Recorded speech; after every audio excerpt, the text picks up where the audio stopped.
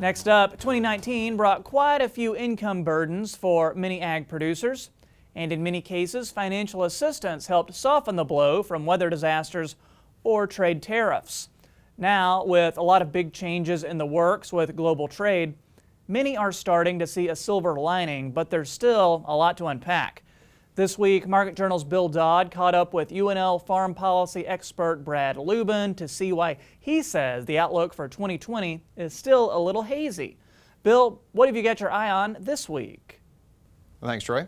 You're absolutely right there. Brad tells me the outlook for 2020 is just a bit cloudy. Now, while we had great news last week on the trade front with the passage of the USMCA trade agreement, as well as phase 1 of the China trade deal, while there was uncertainty coming into the new year about having these trade agreements solidified, now that they're going to be put into practice, there are going to be a number of details that producers are going to want to keep an eye on as the year begins to unfold. While the USMCA and Phase 1 trade agreements appear to be solidified in the books and commodity prices could be looking to trend upward in the coming months, Brad remains cautiously optimistic as he points out with the Phase 1 deal that there's still a lot of work to be done before we're completely out of the woods. You know, the trade outlook here at the beginning of 2020 has actually gotten much stronger than we might have imagined just a couple months ago. The U.S.-Japan agreement is in effect. The U.S.-European Union agreement on expanded access for non-hormone fed beef is in effect, and so we begin to hope for improved markets and improved opportunities for U.S. ag producers to export product to those markets. And then you have phase 1 of this ongoing trade agreement and negotiations with China. Having an agreement is simply a good sign that we're not proceeding further down the path of trade conflict, but yet we still see a lot of work ahead here. The agreement promises great things for agriculture if in fact it would come to pass. Advertised rates or growth up to 40 billion of U.S. ag exports on average over the next 2 years. That would be essentially double what we currently have exported to China before the trade war began. So certainly substantial growth, substantial opportunity, if it does in fact come to pass. It's important to remember that trade 1 or phase 1 really is only the beginning of discussions, and some of the same basic conflicts and challenges that precipitated the trade war are still there. Agricultural risk coverage and price loss coverage, or ARC and PLC, have been a big help with many of the troubles that ag producers have faced in the previous year. However, Brad tells me that these new trade agreements could affect commodity prices, which could in turn influence your decision on which of these programs could best serve your operation.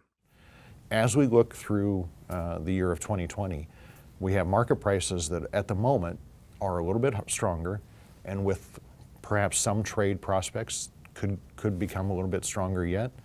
They're at price levels, particularly for corn and soybeans, that would not trigger either ARC or PLC payments. So it's good to have market prices up. It's good to have farm income projections up from the marketplace.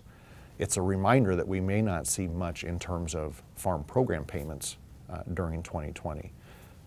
Those are good signs to not be as reliant on that farm and trade assistance. But it's a reminder that that cash flow that was there the last couple of years may not be there this year, and it's a reminder to plan accordingly. Beyond trade and farm policy, the biofuels industry had a topsy-turvy year in 2019. It started with a bang as President Trump made good on his promise for year-round sales of E15 and a promising deal with industry leaders in October. However, much of that progress was stymied by the record number of small refinery exemptions, or SREs, granted by the EPA. According to many professionals within the ethanol industry, these exemptions have led to a reduction of production and continued to affect commodity prices for producers in a time when they were under significant financial strain. With the renewable fuel standard set to change in 2023, there's still a lot of uncertainty within the biofuel industry. You know, on the bioenergy front, we have really almost an existential crisis for the renewable fuel standard. You have a mandate that was passed in Congress back in 2005 and again in 2007. You have a mandate that specifically was designed to force increased consumption and utilization of biofuels. You have an industry in the petroleum industry that fundamentally is against the idea of a mandate, and particularly against the idea of increased share for a biofuel sector. And so there's always been a friction over the performance and the future of that renewable fuel standard. If it forces higher levels of consumption as per the original legislative intent, then that might involve economic pain. And yet the same legislation had clauses that said if there's economic pain, then we can consider waivers or repeals of the legislation. So we have really this fundamental question about what the future holds. And that doesn't even begin to address the question of the current renewable fuel standard technically only runs through 2022.